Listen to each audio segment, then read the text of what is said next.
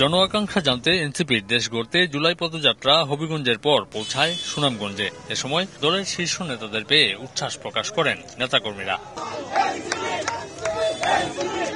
সুনামগঞ্জ কেন্দ্রীয় মসজিদ থেকে পদযাত্রা বের হয়ে বিভিন্ন সড়ক ঘুরে আলফা স্কয়ারে গিয়ে শেষ হয়। সেখানে পথসভা অনুষ্ঠিত হয়। এ সময় এনসিপির মুখ্য সংগঠক হাসনাত আব্দুল্লাহ বলেন, যারা এনসিপি করতে চায় তাদের স্থানীয়ভাবে ভয়ভীতি দেখানো হচ্ছে। যারা এনসিপি করতে চায় তাদেরকে স্থানীয়ভাবে ভয়ভীতি দেখানো হয়।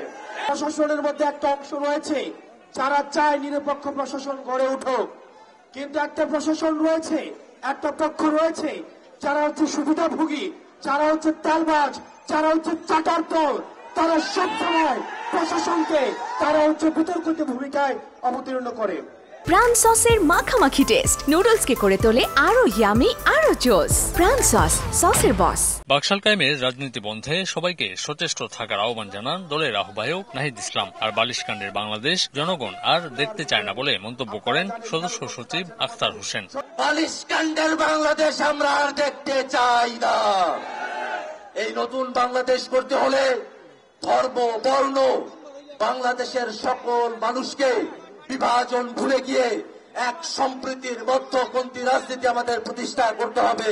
শেখ হাসিনা একটা ফিটনেসবিহীন রাষ্ট্র আমাদের উপর চাপিয়ে দিয়ে গিয়েছে। এই রাষ্ট্রের ফিটনেস আমাদেরকে তৈরি করতে হবে, এই রাষ্ট্রের মেরামত আমাদেরকে তৈরি করতে হবে। সেই রাষ্ট্র মেরামতের রাজনীতির জন্যই জাতীয় নাগরিক পার্টি প্রতিষ্ঠিত হয়েছে। সুনামগঞ্জের পর সিলেটে পদযাত্রা করার কথা রয়েছে এনসিপির শীর্ষ নেতাদের। আমিনুল ইসলাম, সময় সংবাদ।